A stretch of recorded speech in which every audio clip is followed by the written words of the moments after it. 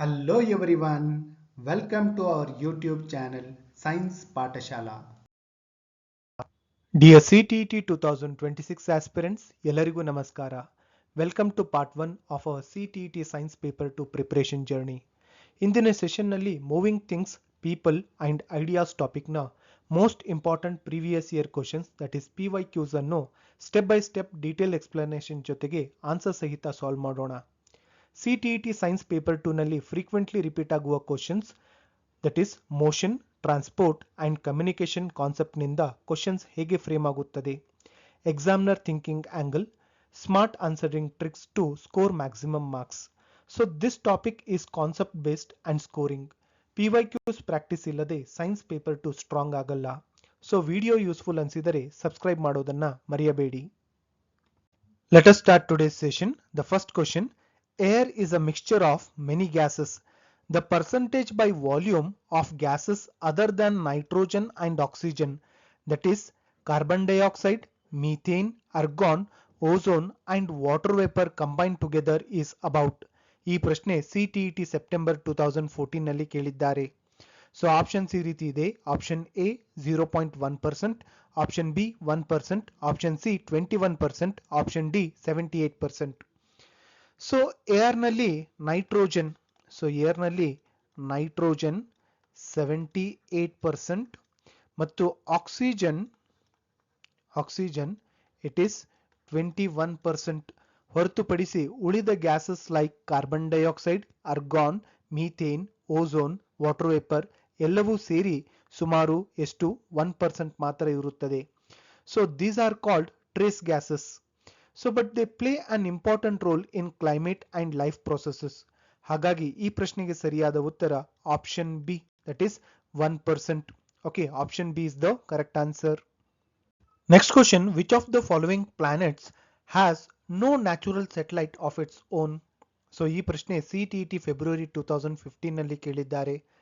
Options ಈ ರೀತಿ ಇದೆ. Option A Mars, option B Uranus, option C Venus, option D Jupiter. ವೀನಸ್ಗೆ natural satellite that is moon ಇಲ್ಲ. ಯಾವುದಕ್ಕೆ? ವೀನಸ್. ಓಕೆ. ಸೊ ಮಾರ್ಸ್ಗೆ 2 ಮೂನ್ಸ್ ದಟ್ ಇಸ್ ಫೋಬೋಸ್ ಮತ್ತು Deimos ಇವೆ. ಸೊ ಯುರೇನಸ್ ಮತ್ತು ಜುಪಿಟರ್ಗೂ ಮೆನಿ ನ್ಯಾಚುರಲ್ ಸ್ಯಾಟಲೈಟ್ಸ್ ಇವೆ. Hence Venus is the only planet in the given options without its own moon. So ಹಾಗಾಗಿ ಈ ಪ್ರಶ್ನೆಗೆ ಸರಿಯಾದ ಉತ್ತರ option C, that is Venus. Option C is the correct answer. Next question: there are 2 planets in our solar system which rotate from east to west. These planets are. ಈ ಪ್ರಶ್ನೆ CTET September 2015 ನಲ್ಲಿ ಕೇಳಿದ್ದಾರೆ. Options ಈ ರೀತಿ ಇದೆ. Option A Venus and Uranus, option B Mercury and Venus, option C Uranus and Neptune, option D Mercury and Uranus. So most planets west to east rotate ಮಾಡುತ್ತವೆ. But Venus and Uranus east to west that is retrograde rotate ಮಾಡುತ್ತವೆ. ಎಲ್ಲಿಂದ? So Venus and Uranus. So ಇವು east to west that is retrograde rotate ಮಾಡುತ್ತವೆ. So Venus slow reverse rotation ಹೊಂದಿದೆ. Uranus nearly tilted on its side ಆಗಿ rotate ಆಗುತ್ತದೆ. Hence the correct answer it is Venus and Uranus, that is option A. So option A is the correct answer. Next question: there are 2 planets in our solar system whose periods of revolution around the sun are less than that of the earth, but their periods of rotation are more than that of the earth. These planets are. So ಈ ಪ್ರಶ್ನೆ CTET February 2016 ನಲ್ಲಿ ಕೇಳಿದ್ದಾರೆ. So options ಈ ರೀತಿ ಇದೆ. Option A Uranus and Neptune, option B Mercury and Venus, option C Mars and Jupiter, option D Mercury and Saturn. So Mercury ಮತ್ತು Venus sun ಸುತ್ತ revolution period earth ಗಿಂತ ಕಡಿಮೆ ಇದೆ. ಆದರೆ ಇದರ ರೊಟೇಷನ್ ಪೀರಿಯಡ್ ಅರ್ತ್ ಗಿಂತ ಹೆಚ್ಚು. ಅಂದರೆ ಡೇ ಲೆಂತ್ ತುಂಬಾ long. Hence both conditions satisfy ಮಾಡುವ planets here Mercury and Venus. So that is option B. So option B Mercury and Venus. Option B is the correct answer. Next question: which one of the following places in India is most likely to be affected by cyclones? So ಈ ಪ್ರಶ್ನೆ CTT February 2016 ನಲ್ಲಿ ಕೇಳಿದ್ದಾರೆ. So options ಈ ರೀತಿ ಇದೆ. Option A Amritsar, option B Puri, option C Udaipur, option D Badrinath. So cyclones mostly coastal areas ನಲ್ಲಿ effect ಆಗುತ್ತವೆ. So Puri Odisha coast ಬಳಿ ಇರುವುದರಿಂದ ಬೇ ಆಫ್ ಬೆಂಗಾಲ್ ಸೈಕ್ಲೋನ್ಸ್ಗೆ ಹೆಚ್ಚು ಪ್ರೋನ್. ಸೊ ಅಮೃತ್ಸರ್, ಉದಯ್ಪುರ್ ಮತ್ತು Badrinath inland are hilly regions, so cyclone effect ಕಡಿಮೆ. ಸೊ ಹಾಗಾಗಿ ಈ ಪ್ರಶ್ನೆಗೆ ಸರಿಯಾದ ಉತ್ತರ option B, that is Puri. Option B is the correct answer. Next question, a bicycle is moving on a straight road at a constant speed. The wheels of the cycle exhibit. ಈ ಪ್ರಶ್ನೆ CTET September 2016 ನಲ್ಲಿ ಕೇಳಿದ್ದಾರೆ. Options ಈ ರೀತಿ ಇದೆ. Option A circular and periodic motion, option B circular translational and periodic motion, option C circular and translational motion, option D translational and periodic motion. So bicycle straight road ಮೇಲೆ constant speed ನಲ್ಲಿ move ಆಗುವಾಗ wheel centre translational motion ಮಾಡುತ್ತದೆ. ಅದೇ ಸಮಯದಲ್ಲಿ wheel circular motion ಕೂಡ ಮಾಡುತ್ತದೆ. Rotation repeat ಆಗುವುದರಿಂದ motion periodic ಕೂಡ ಆಗಿರುತ್ತದೆ. ಸೊ ಹಾಗಾಗಿ ಈ ಪ್ರಶ್ನೆಗೆ ಸರಿಯಾದ ಉತ್ತರ option B, that is circular translational and periodic motion. Option B is the correct answer. Next question, yoga is done by people all over the world because. ಈ ಪ್ರಶ್ನೆ CTET ಡಿಸೆಂಬರ್ 2018 ನಲ್ಲಿ ಕೇಳಿದ್ದಾರೆ. ಆಪ್ಷನ್ಸ್ ಈ ರೀತಿ ಇದೆ. Option A it keeps people healthy, option B it increases hunger, option C it brings happiness, option D it is a simple exercise. So yoga practice body ಮತ್ತು mind ಎರಡನ್ನೂ healthy ಇಡುತ್ತದೆ. It improves physical fitness, mental piece, flexibility and concentration. Hunger increase ಅಥವಾ simple exercise ಮಾತ್ರ ಅಲ್ಲ, over all health benefits ಕಾರಣದಿಂದಲೇ ಯೋಗ world wide popular. So ಹಾಗಾಗಿ ಈ ಪ್ರಶ್ನೆಗೆ ಸರಿಯಾದ ಉತ್ತರ option A, that is it keeps people healthy. Option A is the correct answer. Next question, which of the following sets contain only the units of measuring distance. So ಈ ಪ್ರಶ್ನೆ CTET July 2019 ನಲ್ಲಿ ಕೇಳಿದ್ದಾರೆ. So options ಈ ರೀತಿ ಇದೆ. Option A cubit, year, light year, option B cubit, metre, light year, option C metre, hertz, cubit, option D metre, light year, hertz. So cubit, metre ಮತ್ತು light year ಯಾವ್ಯಾವುದು? Cubit, metre ಮತ್ತು light year ಎಲ್ಲವೂ distance measure ಮಾಡುವ units.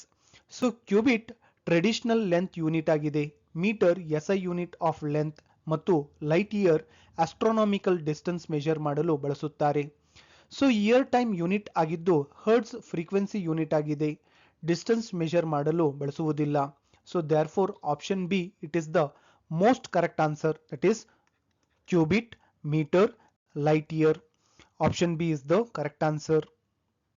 Next question, an object is moving linearly with a uniform velocity. If time is represented along the x-axis, which of the following statements is correct? So ಈ ಪ್ರಶ್ನೆ CTET July 2019 ನಲ್ಲಿ ಕೇಳಿದ್ದಾರೆ. So options ಈ ರೀತಿ ಇದೆ.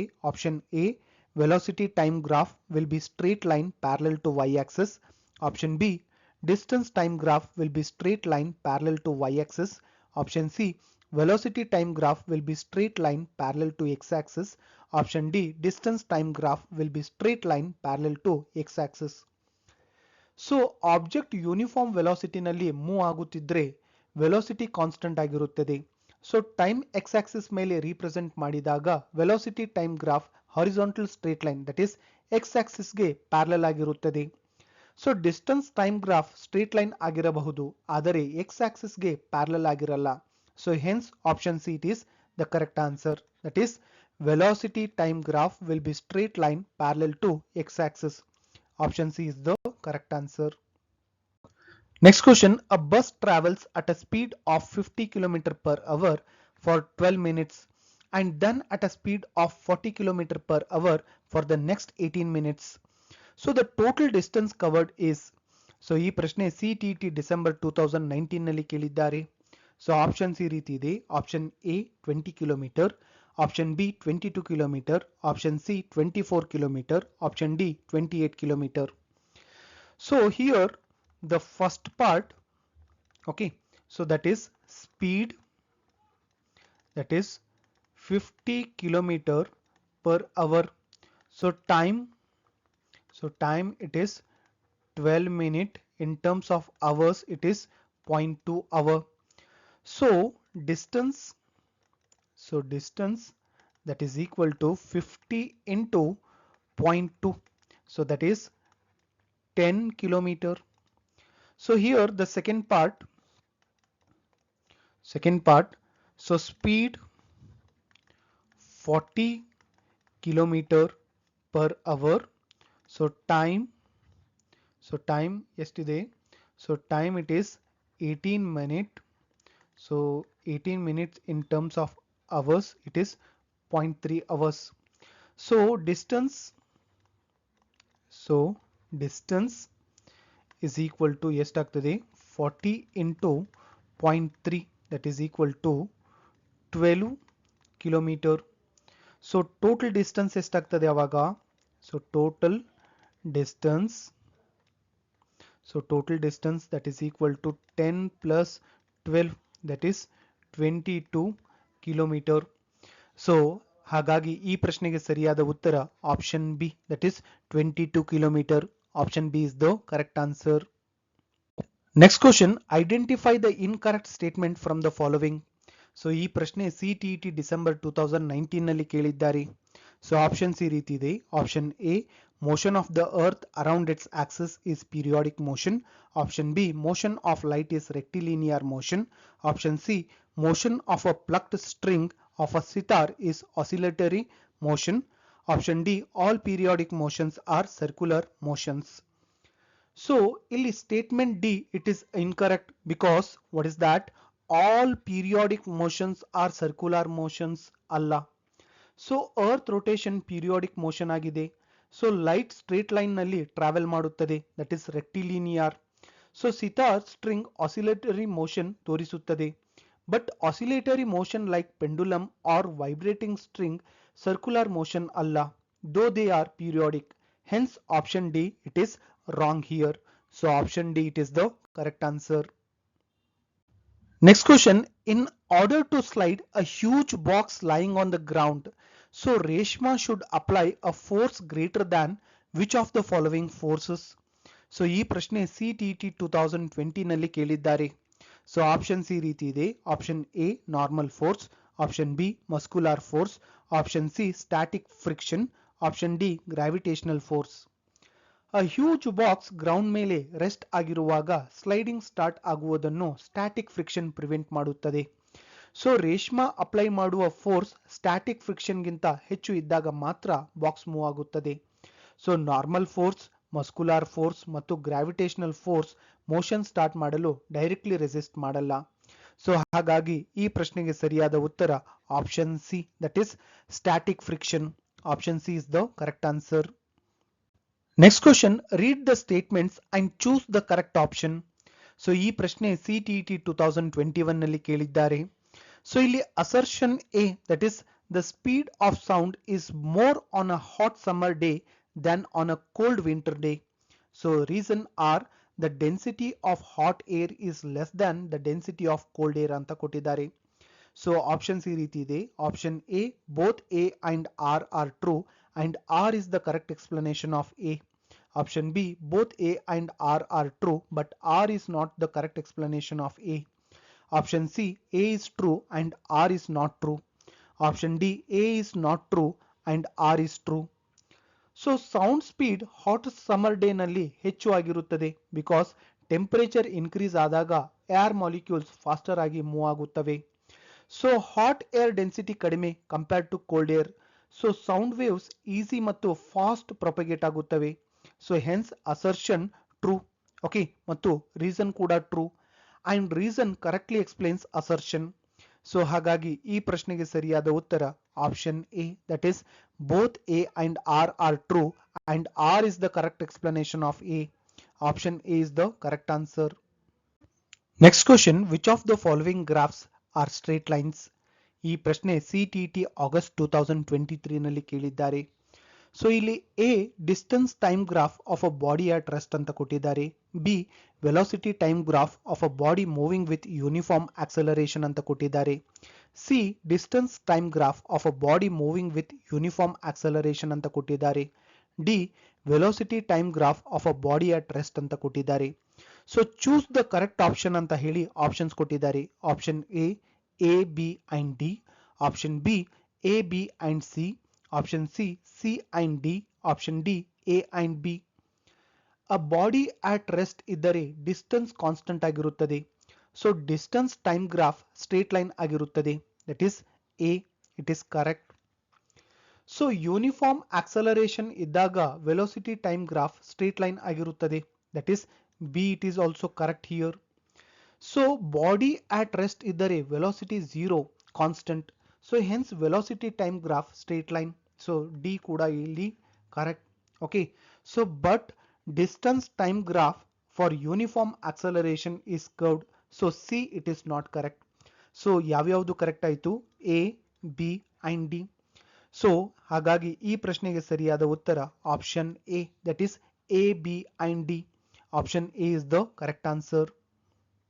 So friends, ಇವತ್ತಿನ PYQ practice ಮೂಲಕ moving things, people and ideas topic ನಲ್ಲಿ ಸಿಟಿಇಟಿ ಸೈನ್ಸ್ ಪೇಪರ್ 2 ಕ್ವಶನ್ಸ್ ಹೇಗೆ ಫ್ರೇಮ್ ಆಗ್ತವೆ ಅನ್ನೋದು ನಿಮಗೆ ಕ್ಲಿಯರ್ ಆಗಿರಬೇಕು. ಈ ಚಾನೆಲ್ ನಲ್ಲಿ CTET science preparation completely PYQ based ಆಗಿದ್ದು ಫುಲ್ಲಿ ಎಕ್ಸಾಮ್ ಓರಿಯೆಂಟೆಡ್ ಅಪ್ರೋಚಸ್ ನಲ್ಲಿ ಕ್ಲಾಸಸ್ ಇರ್ತವೆ. ಸೊ ನೆಕ್ಸ್ಟ್ ಪಾರ್ಟ್ ಅನ್ನು ಆದಷ್ಟು ಬೇಗ ಅಪ್ಲೋಡ್ ಮಾಡ್ತೀವಿ. That is from 2011 to 2024 PYQs ನಿಂದ ಇನ್ನೂ ಇಂಪಾರ್ಟೆಂಟ್ ಟಾಪಿಕ್ಸ್ ಅನ್ನು ಡೀಟೇಲ್ಡ್ ಎಕ್ಸ್ಪ್ಲನೇಷನ್ ಜೊತೆಗೆ ಸಾಲ್ವ್ ಮಾಡೋಣ. ಕ್ಲಾಸ್ ಯೂಸ್ಫುಲ್ ಅನಿಸಿದರೆ ಲೈಕ್ ಮಾಡಿ, ಶೇರ್ ಮಾಡಿ. ನೆಕ್ಸ್ಟ್ ಪಾರ್ಟ್ ಮಿಸ್ ಆಗಬಾರ್ದೆಂದರೆ ಚಾನೆಲ್ಗೆ ಸಬ್ಸ್ಕ್ರೈಬ್ ಮಾಡ್ಕೊಳ್ಳಿ. ಸಿಟಿಇಟಿ 2026ಗೆ all the very best. Thank you for watching science Pathshala.